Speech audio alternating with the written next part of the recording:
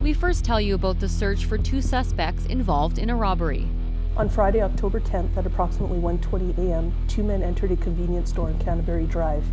One man, armed with a knife, approached the store clerk and demanded cigarettes and money before fleeing the store. The first suspect is described as a Caucasian male between 22 and 24 years old. He was wearing blue jeans, a white t-shirt under a black jacket, and a blue bandana. He was also wearing a distinct winter trapper-style hat with white trim. The second male is described as Caucasian between 22 and 24 years old. He was wearing blue jeans, a gray sweater, and another green and blue striped sweater draped over his head. On June 24th at approximately 9:30 p.m., a man pulled up to the petrol can station in Erin Woods and filled his truck with over $100 worth of fuel. He left without paying.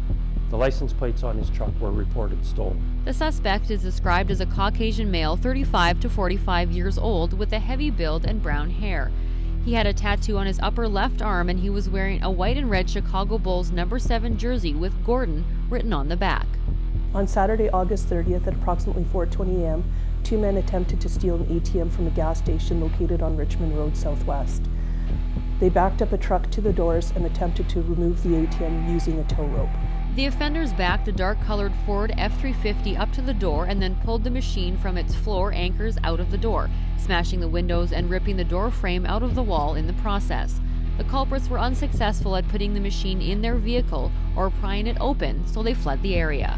On Tuesday, June the 17th at approximately 7:30 a.m., a man entered the petrol can station located on Kensington Road Northwest. He produced a weapon and demanded that the clerk open the till. He then fled the gas station with an undisclosed amount of cash. The suspect was a white male 30 to 40 years old, around 6 feet tall and 180 pounds with a medium build. He was wearing a dark baseball cap, white hoodie with thin stripes on the cuffs and on the waistband with dark jeans and runners. On Wednesday, September the 17th at approximately 1 a.m., an unknown man damaged 5 Calgary Transit ticket machines on 7th Avenue.